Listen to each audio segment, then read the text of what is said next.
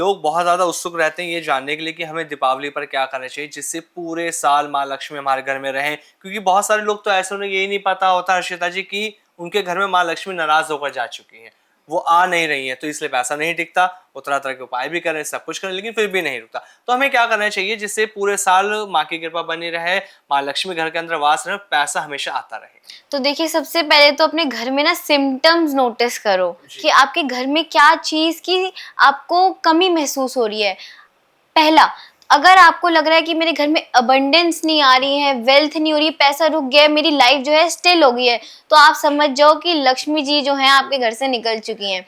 आप खाने की इतनी ज़्यादा बर्बादी करते हो और खाना सारा वेस्ट कर रहे हो, तो इसको भी आप ऐसे समझ सकते हो कि लक्ष्मी जी जा चुकी हैं। साथ में आपके, जैसे गुरु माँ ने बताया, कूड़ा कबाड़ा रखा हुआ है घर पे, टूटी हुई चीज़ें रखी हुई हैं, खंडित मूर्तियाँ रखी हुई हैं, वो भी आप चीज़ चेक करो। और लक्ष्मी जी तो ऐसी हैं कि आप उन सबको आप पूजा करते हो कि हाँ लक्ष्मी जी आ जाओ, वेल्थ और फाइनेंस के लिए आओ, मुझे दो। लेकिन लक्ष्मी जी वहीं आती हैं जहाँ उन्हें वेलकमिंग फील होता है। तो पहले उनको वेलकमिंग तो फील करवाओ, तब तो आप अपनी सारी मनोकामना उनसे मांग सकते हो। अच्छा, सही बात है। तो वेलकमिंग करने के लिए आपको क्या करना पड़ेगा, आपको जो है ना अपने घर की दहलीज को दूध से, कच्चे दूध और गंगा जल से धोना पड़ेगा। अच्छा। तो तब वो वेलकम आएंगी, क्योंकि वो जो हमारे गंदा गंदा चिपचिपा सा फ्रेश हो रहा होता है, और वहां पर माता लक्ष्मी कैसे आएगी? माता लक्ष्मी को आपको पता है कि माता लक्ष्मी की जो सिस्टर है उसका नाम क्या है? दरिद्रता माता। अब माता लक्ष्मी विष्णु जी के पैर क्यों साफ करती रहती हैं? आपको पता है, पैर दबाती भी रहती है और साफ भी करती रहती हैं। वो इसलिए करती हैं क्योंकि माता दरिद्रता कहती है कि जहां पर तू होगी, जहां पर लक्ष्मी जी कहती है जहां पर मैं होंगी वहां तू नहीं होगी, और वो कहती है जहां पर मैं होंगी वहां तू नहीं होगी। तो वो कहती है, क्या कहते हैं, वो इसलिए विष्णु जी के पैर साफ करती रहती है क्योंकि विष्णु जी की कहीं दरिद्रता माता ना आ जाए और मुझे कहीं निकलना पड़ जाए। तो इसलिए वो विष्णु जी के पैर साफ करती रहती है और दबाती रहती है, ताकि जीवन में, उनके जीवन में भी प्रॉस्पेरिटी जो है वो बनी रहे और पैसा बना रहे। तो माता लक्ष्मी के जो है ना, क्या कहते हैं, फाइनेंस मिनिस्टर कौन है? वो है उनके कुबेर जी।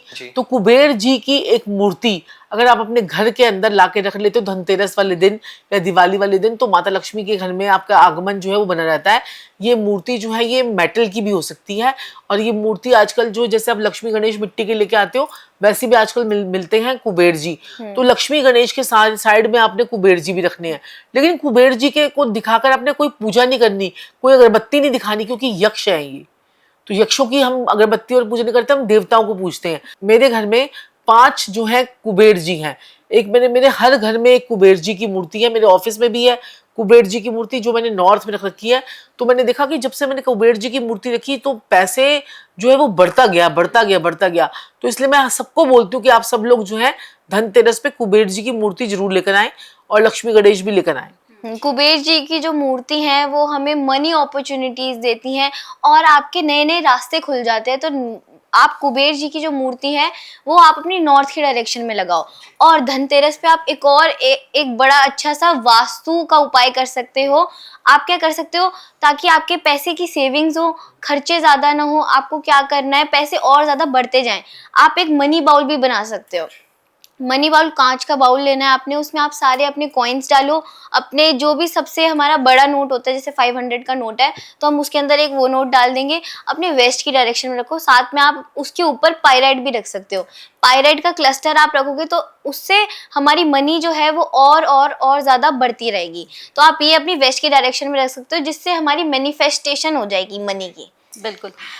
और मैनिफेस्टेशन का कुंडली में भाव भी होता है हमारा 11वां भाव। अच्छा। जो हमारी लाइफ में मैनिफेस्टेशन करवाता है।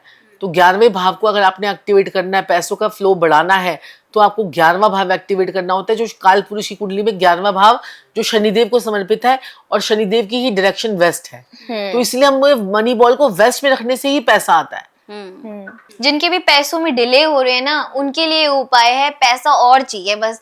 ये पैसों की तो प्रॉब्लम ऐसी है जो हर घर में होती है। कोई भी मतलब एक इंसान कभी भी सेटिस्फाई नहीं हो सकता, तो उसके लिए उपाय है, सब कर सकते हैं उपाय। ये अपना मनी बॉल बनाओ और उसको वेस्ट की डायरेक्शन में रख दो, और उसके ऊपर एक पायरेट जरूर रखो। हाँ, और ऊपर से धनतेरस का हमारा एक ऐसा दिन होता है, उस दिन हमें गोल्ड बाय करना चाहिए, कुछ सिल्वर की आइटम बाय करनी चाहिए। कुछ लोग नहीं कर पाते हैं, तो आप ये वाली रेमेडी भी कर सकते हैं। और धनतेरस पे तो मैं आपको एक और बता दूं, धनतेरस पे अगर धन धनाधन धन चाहते हैं, तो आपको धनतेरस पर एक चांदी की चाबी जरूर लेके आनी चाहिए। और अपने घर की महिलाओं को, यानी कि अपनी लेडीज को, आपको चांदी का कोई बिछुआ, चांदी की पजेबे या चांदी की कोई भी आइटम दे सकते हैं। अगर आप सोने की दे सकते हो तो बहुत ही बढ़िया। और पता है क्या करते हैं हम लोग, दिवाली मनाते हैं। दिवाली पर हम अपने पड़ोसी को गिफ्ट दे के आते हैं, हम अपने रिश्तेदार को देते हैं। कभी पति पत्नी अपने आपस में गिफ्ट नहीं देते, है ना। हम सब उनको, इन लोगों के लिए लगते रहते हैं, अरे यार भाभी को देना है, उसको देना है, नंद को देना है, इसको देना है, उसको देना है।